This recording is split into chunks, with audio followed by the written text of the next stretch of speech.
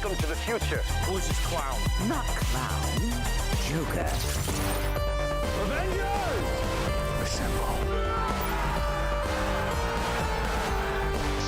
Nobody tampers with the equipment except Tony Stark. Good idea. United, the Avengers are strong. Hawkeye, hands off. Fool! Have you forgotten my invincible magnetic power? Not this time, Magneto. My mutant brain senses danger. Something unseen is slowly spreading its poison, edging tempers. Think carefully before you do this. You filthy criminals. 5, 4, 3, 2,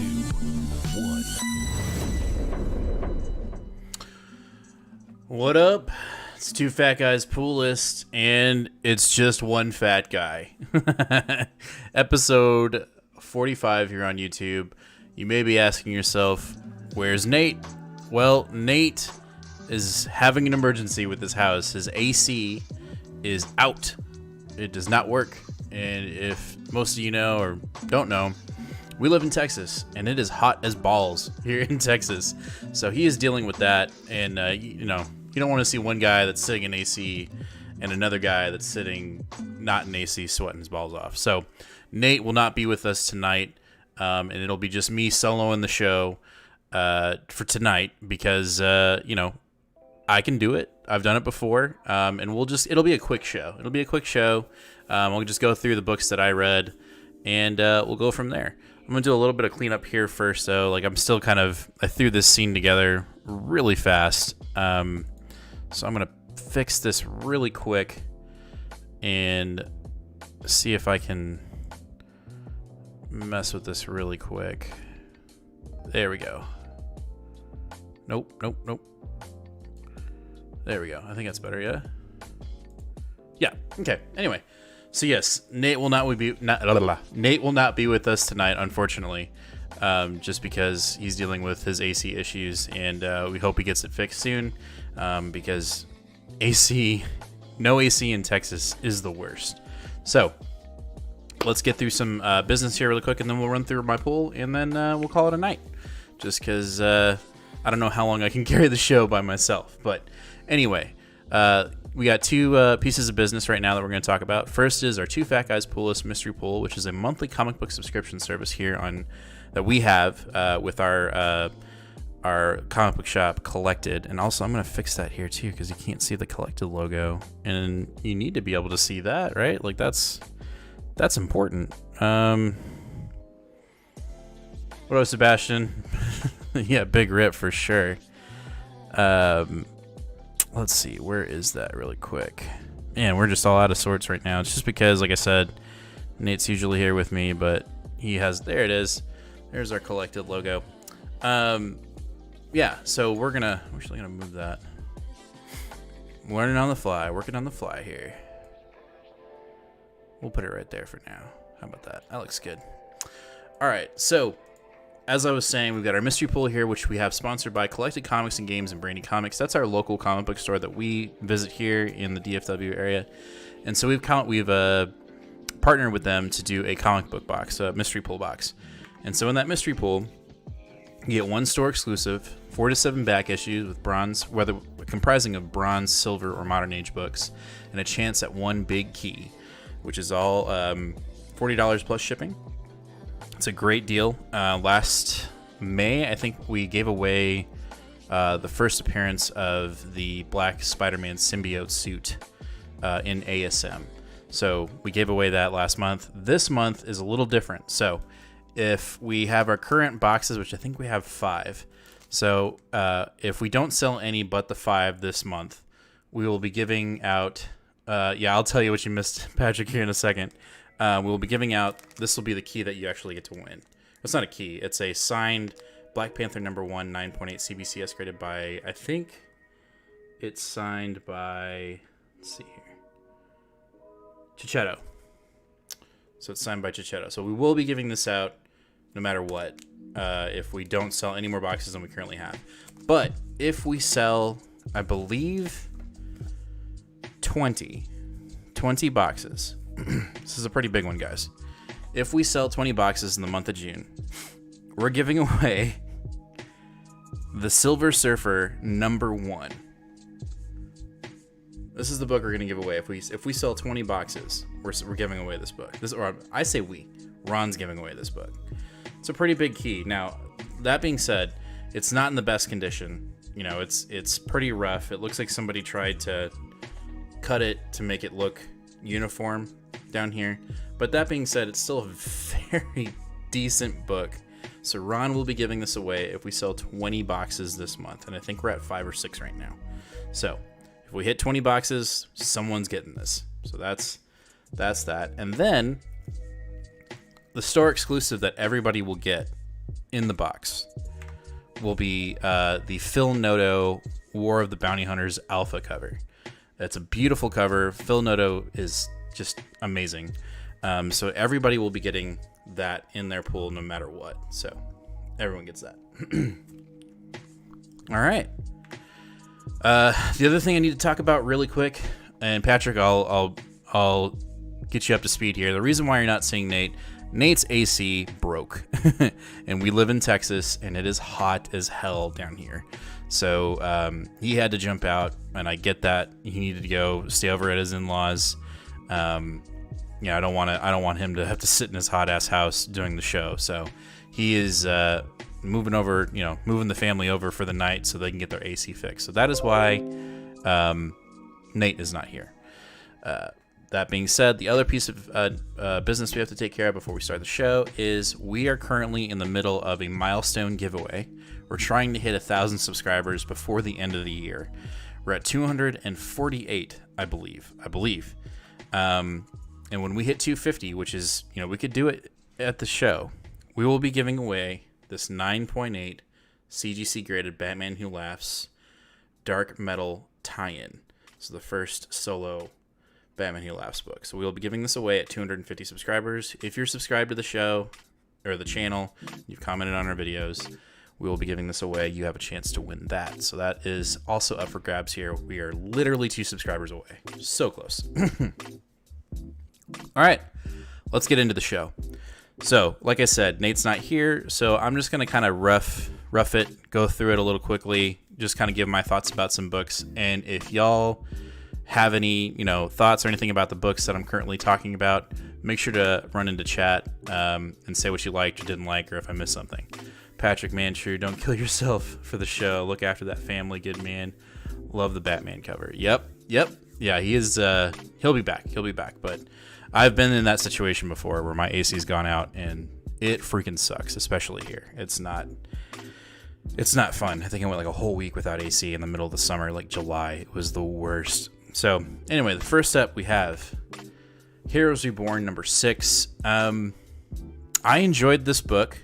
It's probably number 3 out of the 6 currently, if I were to rank them. I think number 1 was issue 4 for me. Then, crap, I can't remember. This is either 3 or 2 or 3, but this was a fun issue.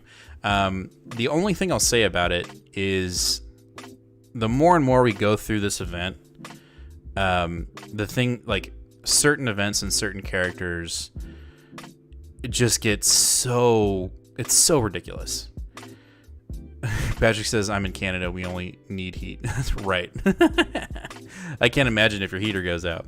And the reason why I say that is our character here, Power Princess, has, just like Hyperion, has dealt massive blows to all of the Marvel enemies and or heroes that we think are heroes that are actually enemies in this universe. And the one that I can't get over is she was able to quickly and swiftly kill off Null. No way. No, thank you. And so as you read that, and again, that's the point of the story, is that the Squadron Supreme, they lay waste to everything, right? So that's the whole point. But that, when I read that, and again, it sounds so stupid, but when I saw that, I was like, I don't know about that one. But again, this is a universe that Mephisto has created, so it doesn't, any cosmic entity, no matter what they are, whether they're null or a celestial or whatever, you know, he can make it however he wants. So in this book, she's basically taking out all the baddies. And she's also, what's kind of cool in this book is we find out what happens to Asgard in this reality.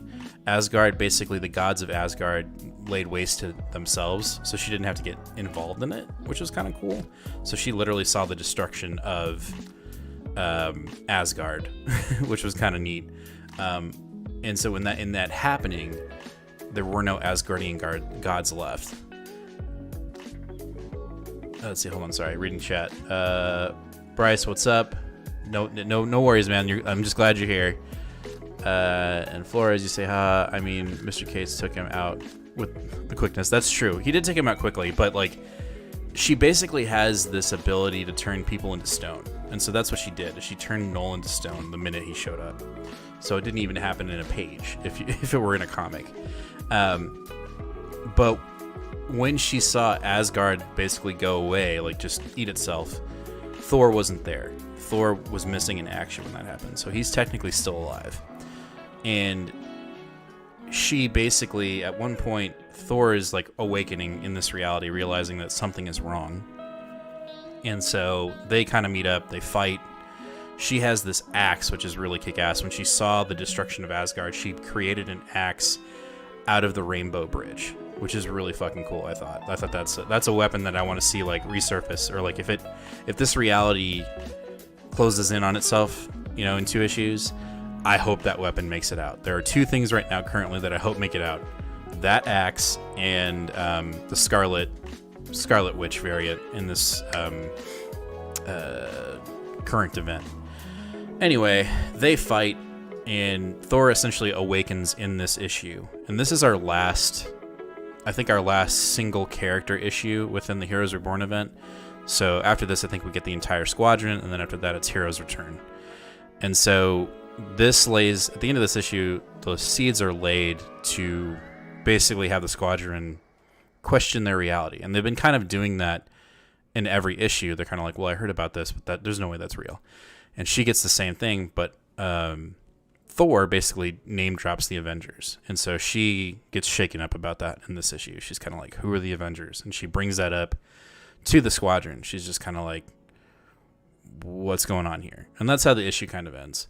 Thor meets up with the new Phoenix, and you know, we get the 2 or 3 panels of our original artist with Jason Aaron. So that's this issue in a nutshell. I enjoyed it. It wasn't my favorite, but it wasn't the worst issue. I think the worst issue was last week with Marvel's version of Batman.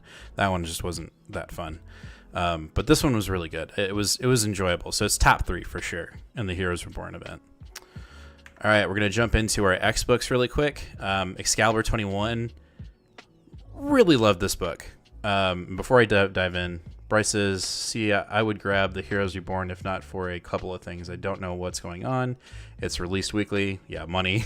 And that dang cover with the brown tape on the bottom is ugly. No, the covers for the Heroes Reborn...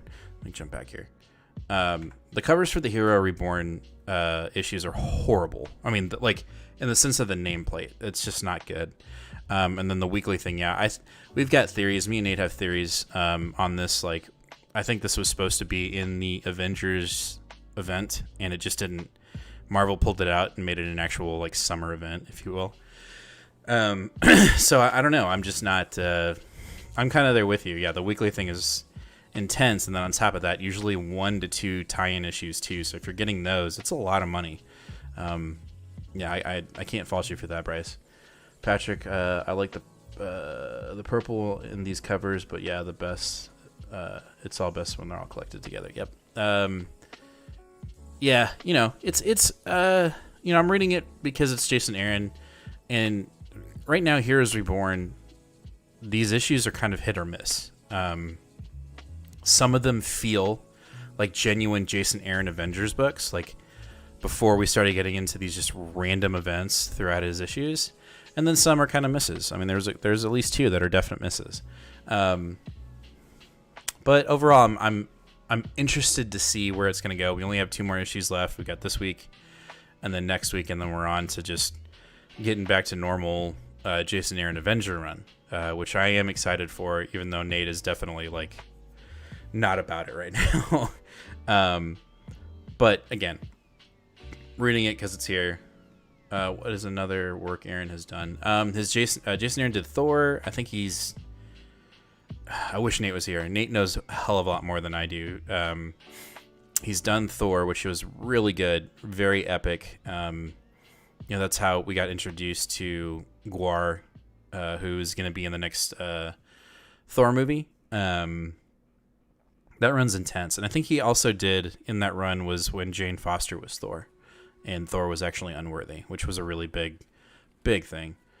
Yeah, Sebastian says his Thor one was great. He's done other stuff, obviously. I just don't. I'm so new to comics. Again, I've only been in this run for almost 2 years, so Nate would know a hell of a lot more. But like we said, he is dealing with AC issues, so he's got some bigger fish to fry. Oops. All right. Wolverine Ghost Rider. Oh, yeah, for sure. All right, so jumping into X-Books. So we're still dealing with the Hellfire Gala. We've got Excalibur here. I really like this issue. I know some people weren't really into it. I enjoyed it. A lot of big things happened in this issue. Teenie Howard essentially, I think she deals with Rogue jumping into the new X-Men team very gracefully. And she also, I saw some reviews on here that kind of missed this, but it seems like Gambit's leaving too, which kind of makes sense. Like Gambit doesn't really do anything without Rogue. So it looks like we're going to lose 2 members here on the Excalibur book. Which, I wouldn't want to see Gambit without Rogue. I don't think Gambit's going to be showing up in the X-Men book. I think we're just kind of, that character is going to take a vacation for a little bit until another new book comes open. So we see that process.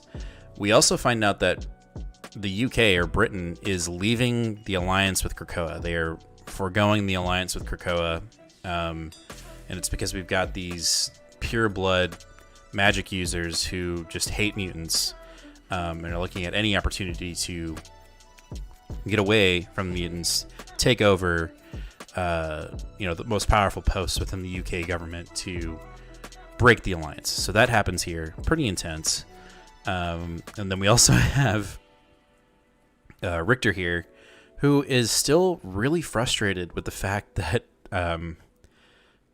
Apocalypse is gone.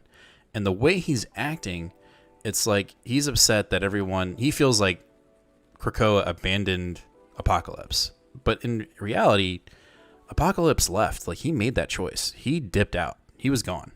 He wanted to be with his family. He wanted to be with his wife, so he left. And so I don't quite understand why Richter...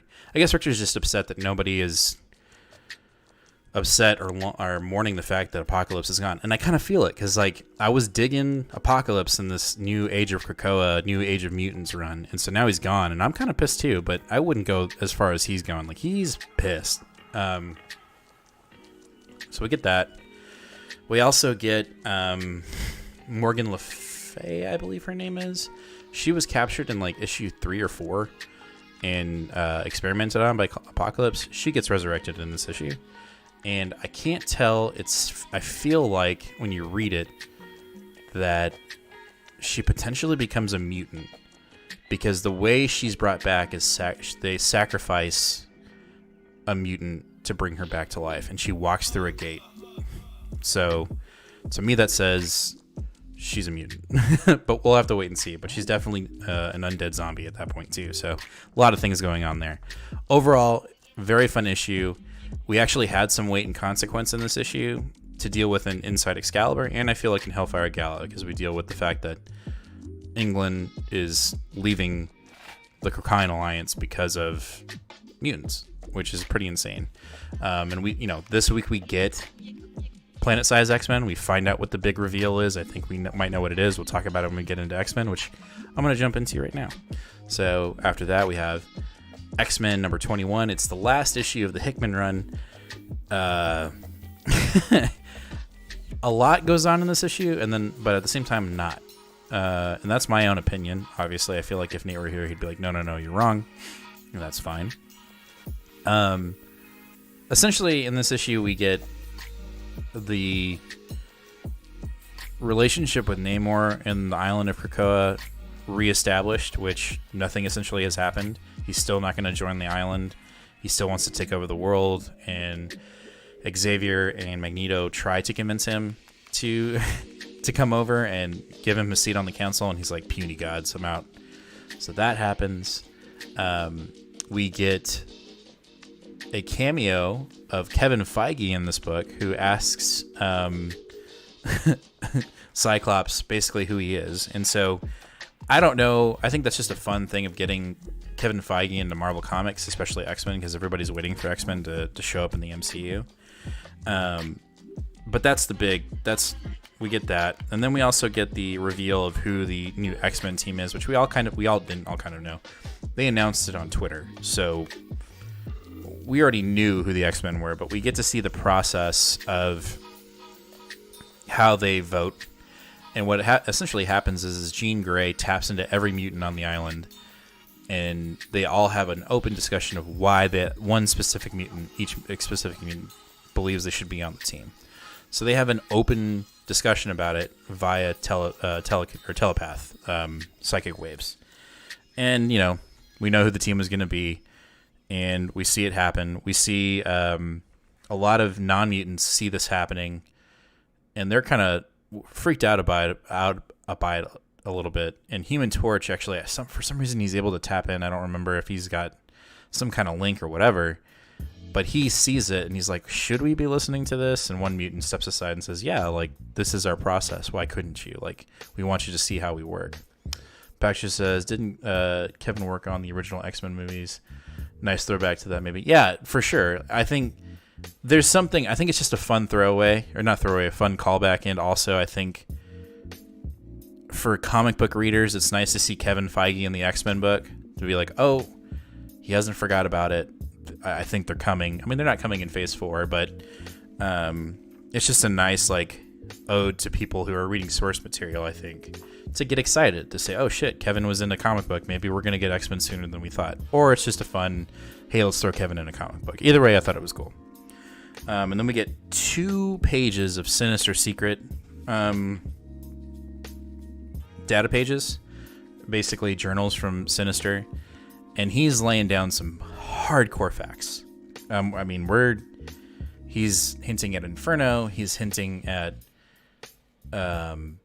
just a lot of different situations that we're going to go into the future with all different types of X books and Hickman books.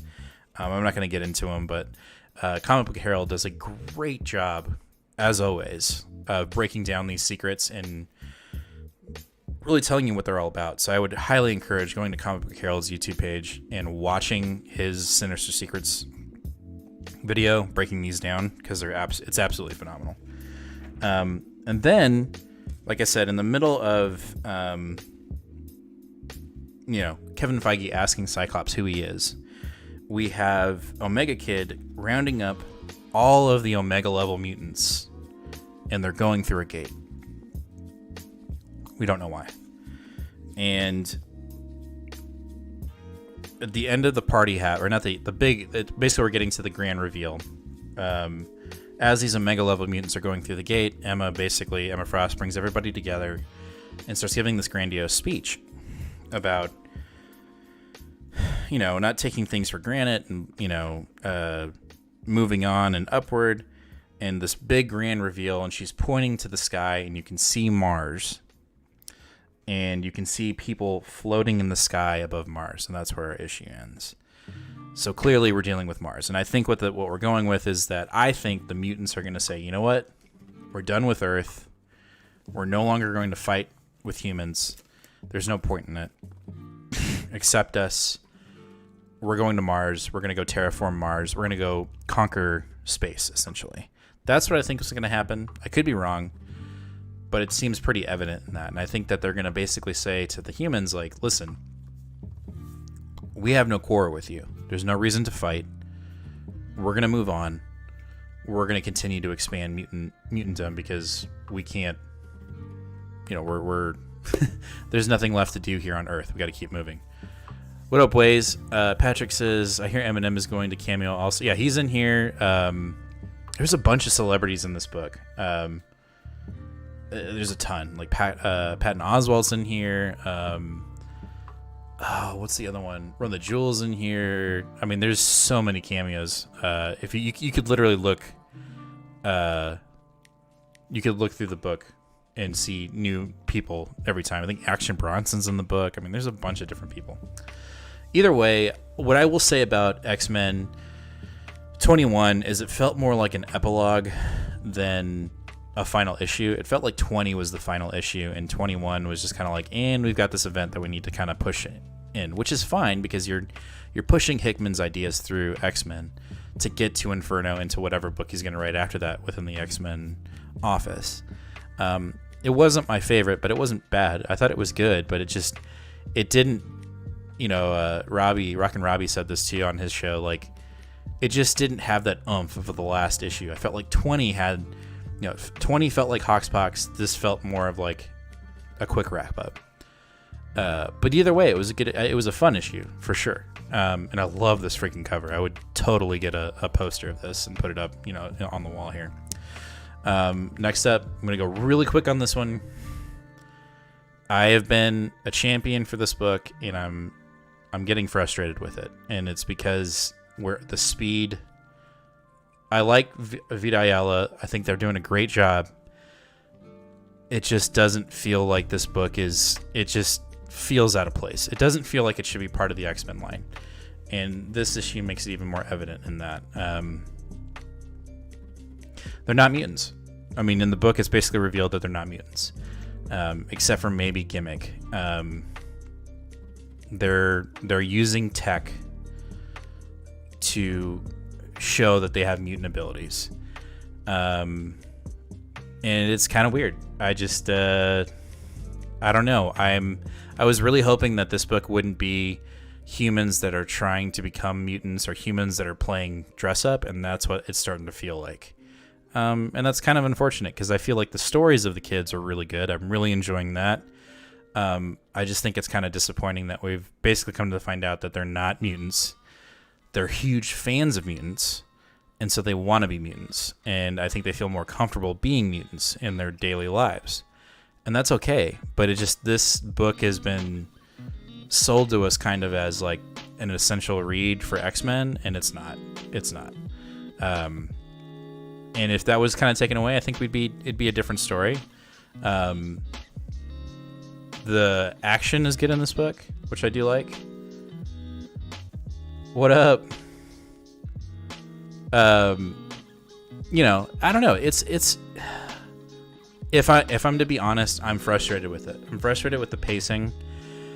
And then to find out that these guys aren't mutants in the title page, that was where I was kind of like, what the heck, man? Like, I want this to succeed. I want this book to succeed. And I will say this, it's not as bad as the Fallen Angels book that first came out after Hoxpox. That was not good. But that being said, I just feel like the reveal, I feel, has been squashed. It's been squandered. And I think that's partially because it's taken so long to get to this point, to find out that they're not mutants. And maybe they will be later.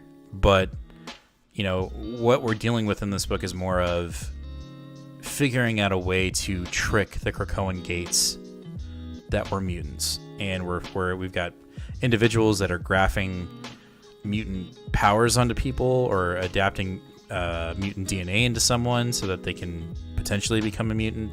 But if you're going based off of an organic mutant, this book ain't it, man. And that's not a bad thing, but I don't know. It's becoming less and less my cup of tea, and it's very unfortunate because I was super stoked for this book when it first came out, and I was intrigued. And now that we're like learning that they're humans in the data page, or not the data page, the title page, I'm kind of like, you're starting to lose me. Now, I don't know. I think we've got 2 more issues. I don't know if it's going to continue or if this is going to be a mini. I think it's still being sold as an ongoing, so we'll see what happens. But and I've voiced my frustrations on previous issues about how the X-Men just kind of take it at face value that these kids are mutants when they have access to to Cerebro and Professor X, and they could be like, these kids mutants? No? Okay, cool. Let's see here. So let's get back to chat. 2 fat guys represent. Disputant 1V and Cardinal silhouetted against the far off planet. Now that would be cool. And I am a Rasputin 1v like super fan. I want her to come back so bad. If she comes back, holy shit, amazing. Also, the community there, Chimera powers, including Rachel Gray's. Okay, tell her about the forces. Yep. Power cult circuit. I don't know. We'll see what happens. I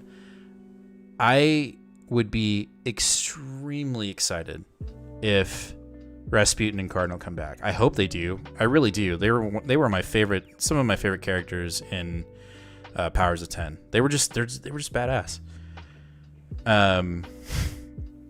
Yeah, the black hole jumping. Dude, cross your fingers. I hope it happens. I really do. All right, let's move on. So we'll jump into our Spider What If with Chip Zdarsky's Spider Shadow.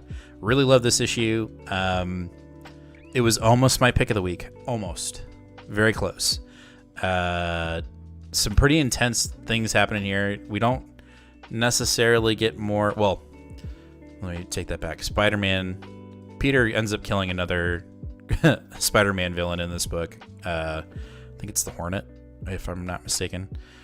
And then the new Sinister Six, including Jonah, ambush Parker. And they're actually able to get the symbiote off of him. But it escapes. And I'm going quick here because, again, it's just me today, and I wish Nate was here. Essentially what happens in this book is the Venom, or the symbiote jumps, and it jumps... Instead of jumping to Eddie Brock, who was actually in the fight and to get the symbiote off of Peter, it jumps onto Mr. Fantastic, or Reed Richards, at the end of the book, which has huge consequences. Kind of an oh shit moment for sure in this book. So we'll see what happens. I think we only have 2 more books after this. I think it's only a 5-parter. But overall, I'm still digging it. Zdarsky's killing it. I'm really enjoying the idea of a what if book being expanded to 5 to 6 issues rather than just 1 issue. I think that's the only... I mean, I get it. What if issues were back in the day. You did 1 issue and it was thick, but I like this idea of like spreading it across multiple issues so you can really flush out the story. And to have a writer like Chip Zdarsky on the book, I think only gives that strength. So really hope to see, other big Marvel and or other big writers jump on some of these what ifs. To get a Donny Cates what if would be great. To get an Al Ewing or a Jason Aaron or a Ram V, or I know that Tiny Onion's never going to come over to Marvel, but that would be cool. That would be cool. Yeah, Waze, that's a good idea. I mean, I think that would be more effective in reading, because like when these issues end, you're kind of like, well, I want more. So if you had a collected edition, I think that would work out perfectly. So which we'll get there pretty quickly. It'll probably drop in September. All right, after that, we've got Iron Man. Basically what we get in this issue is a Korvac origin story. We find out what Korvac is and where he came from. And we get a original Human Torch cameo in this book, who was actually originally a robot, which is kind of cool. But we don't get any Iron Man again in this issue. I think in the last issue we didn't get any Iron Man, which isn't a bad thing. I think Cantwell's doing a great job of building up the story, and like we've been dealing with Korvac forever in this Iron Man thing, and that's not a bad thing. I can see how sometimes that could be frustrating, but it's not. I think he's really building a very intriguing villain, and I kind of dig the fact that Iron Man wasn't in this issue, because it just makes me think like the issue that he does show up is going to be badass. Stephen says my pick of the week, Korvac is dope. Yep. It was a good issue. I had no quarrels with this issue. It was really good. And it's not a slow read, but it's not a quick read either. It flows very well. Cantwell does a great job of writing this book. So I highly recommend reading this Iron Man run. It's not like an Iron Man issue or comic book that I've ever read before. It's really good. So definitely check it out. Now, talking about pick of the weeks, this is my pick of the week. That's Chip's pick of the week. Strange Academy number 11. This book had it all. It had oh shit moments, comedy, action, suspense, mystery. Loved it. I'll say it right now, if you're not reading Strange Academy, you definitely should be. It's so much fun. I will say this book has, Strange Academy and Teen Titans Academy are very mirrored, right? They're basically the same book with the younger versions of each other. But in Teen Titan Academy, you have the Teen Titans essentially running the book, which that makes sense, right? It's the name of the book. Strange Academy, we've got introduced to all these new characters, and I care about them. I cared about them after issue 1. And I think that's what makes Strange Academy so strong. And Scotty Young's writing is amazing. Ramos's artwork, fantastic. And so in this book, we get, like I said, comedy, mystery, action. Everything. We get the whole shebang. And I don't really want to give it away. But it's really good. Again, I think you should, highly recommend reading Strange Academy. I definitely see it in the future, it possibly being, this would make a great 3D Disney Plus animated series or movie. Really animated series. I think this would be a great addition to Disney Plus if they made this into an actual animated series. Shit, give it to Pixar. I mean, it's so good. I think it deserves an adaptation for sure on Disney Plus. It is so good. And don't worry, Toth makes it. And we get a cameo, appearance, or not a cameo. We get a full-on appearance of Howard the Duck. And I know a lot of people don't like that character, but he fucking kills it in this issue. So good. So definitely check out Strange Academy if you're not reading it right now. Let's hit up chat really quick. I love the Strange Academy cover. Yep, Patrick, it's great.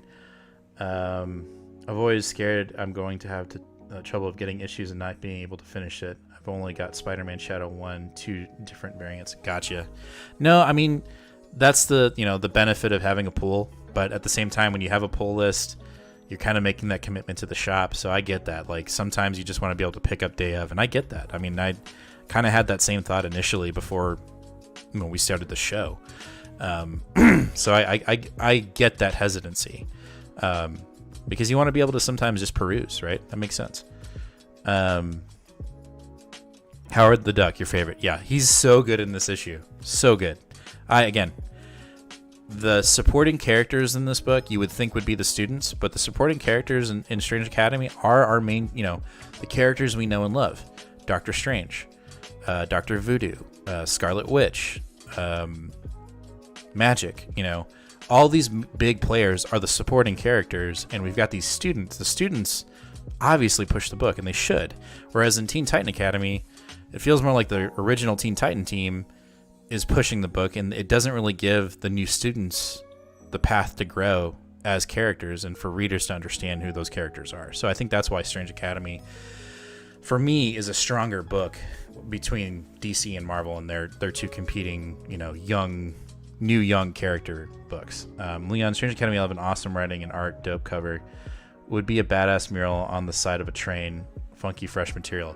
Fucking agree, Leon. That is spot on, for sure. It's a great book. It's a great book. And there's definitely some intrigue here. We've got a lot going on here, so we'll see what happens. All right, we're going to jump into DC now. We've got Detective Comics 1037.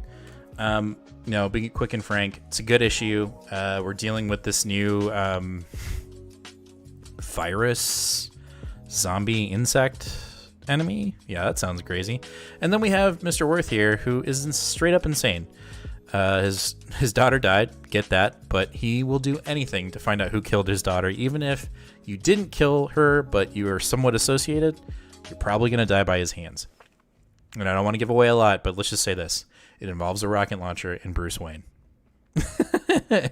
Crazy issue. Really fun. We had a new artist on this issue, but it didn't take anything away from me from reading the issue and like not enjoying it. I thought it was good. It was a little different, but overall, pretty good. Then we get the Joker from Tiny Onion number 4. It was good, but it definitely felt kind of like a filler issue. We had a big action at the end of 3, and then we kind of get a continuation for the first 2 pages, and then we definitely slow it down. here. And I guess what we do accomplish in this issue is that Gordon still has a soul, and he can't find a way. He just can't figure a way to kill the Joker. That's what he's been tasked to do, and he can't pull the trigger. And he has an issue. He basically almost does it in this issue, and he can't do it. And we also find out that the Joker maybe potentially didn't have anything to do with the Arkham Asylum killings, gassing the asylum in Future State. And so we get that in this book. Overall, the writing was fantastic. Tiny Onion does a great job. I'm going to continue to call him Tiny Onion because I just love the fact that he has his little company in every one of these books. It's called Tiny Onion. We do, the Court of Owls is on to Gordon, though. He's got... The Court of Owls has basically hired Gordon to go kill the Joker. And we've got Barbara, his daughter, who's keeping tabs on Gordon. But the court is also keeping tabs on Barbara. And so we find that the oh shit in this book is they're watching her literally right behind her. So she might be in trouble in this book. So we'll have to wait and see. The deposition in this book was great. It wasn't as dense as issue 3. That issue literally felt like we were kind of struggling along in mud, but this one flowed a lot better. But it felt like a little bit of a slowdown. I think we're jumping into the next arc, if you will, kind of in the next book. So we'll see where it takes us. Wade says, I don't have a local shop, so I have to order online. Shipping makes the cost almost twice as much. Oh, that sucks. I'm so sorry to hear that. We got another, I don't know if Jaden's here. Jaden has, he's one of our followers and a mod here. And he just, he's got to do kind of the same thing sometimes. Also, Professor, I'm sorry, I just saw your comment. Where's the beef? Well, you're only getting half the beef because Nate's dealing with AC issues, so we're kind of going quick tonight. It's going to be a quick episode because Nate's AC broke, and we live in Texas, and it's fucking hot here. So that's Joker, number 4. Chip Zdarsky again with Justice League Last Ride. I cannot remember why they're dealing with Lobo in this book. I feel like it was because he's just like the most dangerous. I can't remember. But that being said, we get a little of insight, a little bit of a history lesson of what was the last mission, or what caused the League to kind of break up and then kind of reunite again in this issue, which is kind of cool. I thought that was kind of neat. Zdarsky's not giving it all away at once, saying like, this is why Superman and Batman aren't talking. They're just kind of giving us snippets, but we got like half the book of that, which was kind of nice. And so what they're doing is they're taking Lobo to Apocalypse's planet, and they're gonna hide him there. I don't know why.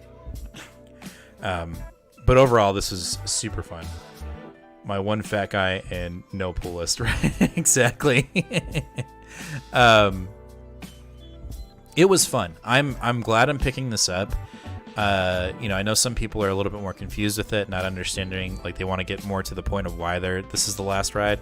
I think Chip is doing a great job of pacing it, and I think we're going to find out obviously by the end of it. But this is a fun book, and the artwork in this book is really good too. And I'm really digging, the idea of also was planted in issue 1 that the Guardians or the Lanterns want to create Earth as the new Oa, which I thought was cool. And so we didn't really get a lot of that in this issue, but we got the conflict that started to get to this Justice League Last Ride, which is kind of cool. Overall, I'm digging it. It's a nice little Elseworld story. And it's a pleasant surprise for sure, because I wasn't expecting it at all. So that cuts my DC books. I will have some in my honorable mentions, or I think I have 3 honorable mention books here at the end that I'll talk about, but we're going to cut into my 2 independents that I read this week. First, we've got Geiger number 3 from Image. This book was fun. I've dug the Geiger thing. I know Nate hasn't really been on board with it, but he's going to continue to read it just because he wants to see it follow through. And in this issue, we get a little bit more, like I said, like just in Last Ride, we get kind of a history lesson. The first issue we got, what happened, how we got here, then we find out who Geiger is. previous issue we got new characters, and in this issue we're kind of melding the two together. The present day new characters with Geiger, and what made Geiger Geiger. So we find out why he's radioactive. We find out that Geiger knows that his family's dead in the bunker. Kind of cool. We see how he scarred the face of the King of Las Vegas in this issue. Overall, it was a good issue. It was a devastating issue. The only thing I will say about this is the transition from the past to the present in this was very, very muddied. So that at some points I was like, wait, are we in the future? Are we in the present? Are we in the past? That was my only main critique of this book. I thought the writing was fantastic. I think the story is really great, but just the execution of showing past and present was a little muddied in this book. So I kind of had to look over it again twice before I really figured out what the hell was going on, because originally I was like, wait, is this happening right now or what? I couldn't figure it out, but after reading it twice I was like, oh yeah, okay, makes sense now. So that's Geiger. So if you're looking for something new and a little fresh, definitely pick it up. And my last book for tonight is Wind number 7. And again, guys, I apologize for going so fast. It's only me talking, and if I had my other co-host here, I'd be able to kind of bounce off of him, but my throat is already getting dry. So we're just going to run through these quick again. So let me hit chat really quick. So, Way, you say I have a Todd McFarlane figure of Wonder Woman in the golden wingsuit. Yeah, that's a sick suit for sure. And it says, I was always wanting to raid the Geiger book too, but I missed out on them. Oh, man. Well, you know what? You can always try collected edition, or, the show is sponsored by my LCS. I'm sure Ron can hook you up if you go to either go to brainycomics.com. I think he may actually still have some Geiger, one and two, and some other stuff. If you're looking for any independent or mainstream books, definitely check out brainycomics.com. He has a decent back issue. Trust me. I go there all the time. I'm there probably 3 times a week. So definitely check him out. brainycomics.com. You'll see. Just check it out. He has an inventory online. We'll be good for that. So the last comic is Wind number 7. I can't say it enough. Tiny Onion's killing it in all of his books. This is a really good read. It's a little different. The artwork is a little different, but it's fun. And so we get some consequences here. The Prince and Wind are on the run with his friends. We definitely see some carnage in this book. This cover basically has an homage to Jaws, and it definitely gets bloody. No shit, it gets bloody. It's bad, but in a good way. We get some good character development in this book, and overall, I'm really enjoying this Wind book. It's fun. It's got some myth to it. It's got some lore to it. Brainy, I'll put it in the chat way right when I'm done. I'll type it in there, just so you have the right link. But yeah, no, it's a fun book, and so Wind is able to save his friends, but our soldiers here basically in this book lose their lives for Wind and the Prince. And I know I'm kind of being vague about this, but this book has some major consequence in this. And we also see a new character pop up at the end. A little pissed off because she lost something. I don't want to give too much away. Again, definitely need to be reading Wind if you like, fantasy and kind of a D&D vibe too, in the sense of what you're dealing with. There's a mythos that's built into here with this Wind character, and it's an LGBTQ plus book as well, which it's got great representation. So love to see that too. Overall, Wind is a fantastic book. So if that's up your alley, definitely check it out. 7 was a great issue. Cannot wait for issue 8 because shit's going down. A lot of people died, and I don't think it's gonna stop. So let's jump into the honorable mentions I have for this week, and then we're gonna wrap it up because my throat. So honorable mentions. Crap, I don't have them here. I had 3. I had the Future State Gotham book, which is written in manga style, there's no color. Really good. we're still dealing with the consequences of the magistrate, and we're dealing with the fact that Red Hood is working from the inside out, trying to disable it, trying to get rid of the magistrate, but still looking like he's working for it. So we get that again in this book. We've got the Bat family, Nightwing, Robin, Batgirl, all of them pissed off at Red Hood, thinking he's actually a bad guy when he's really just working in secret. And we find out in the future state, Batman's dead, supposedly. Well, in this book we find out that he's alive, and he's actually giving the marching orders to Red Hood, telling him to infiltrate the magistrate from within. And so he can't, he's basically saying, I can't do it, you got to do it, and I got to pretend that I'm dead so that it works. So that's the idea. So that was that issue.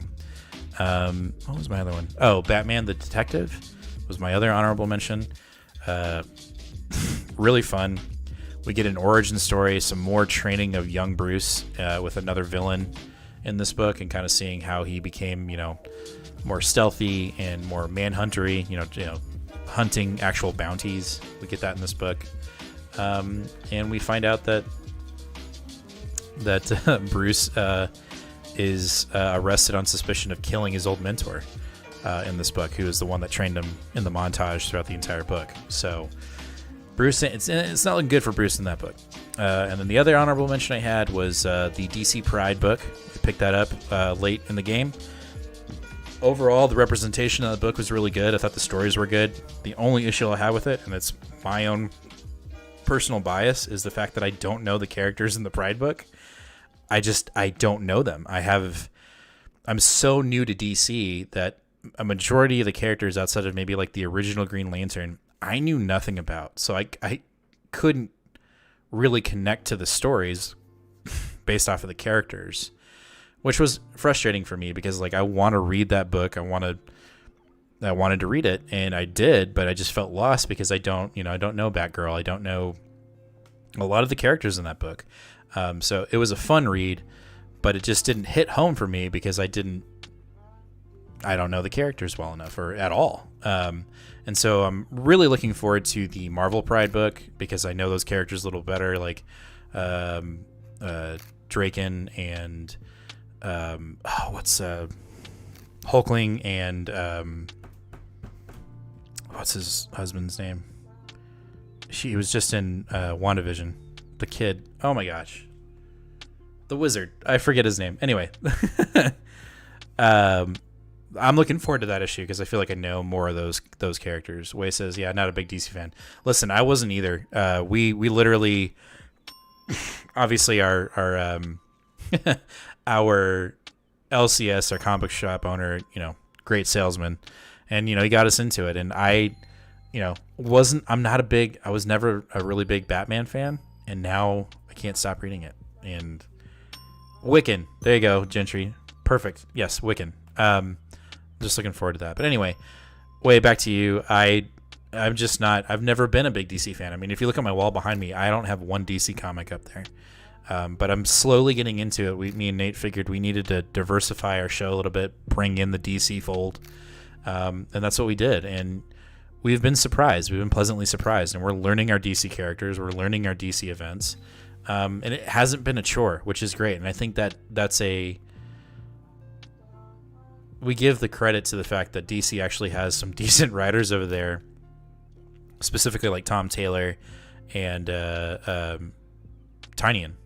Like I can't recommend highly enough, or Tamaki. The Batman comics are great. Superman is going to be great. Action Comics with Philip Kennedy. Is it Philip Kennedy Johnson? Yeah.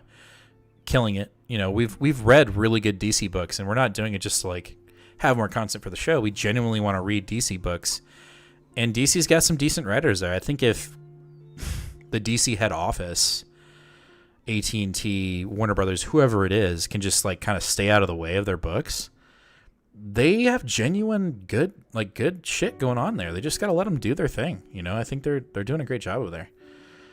Patrick, I love Booster Gold and Blue Beetle from DC. Excited for their new title coming. You're right. I think you told us about that.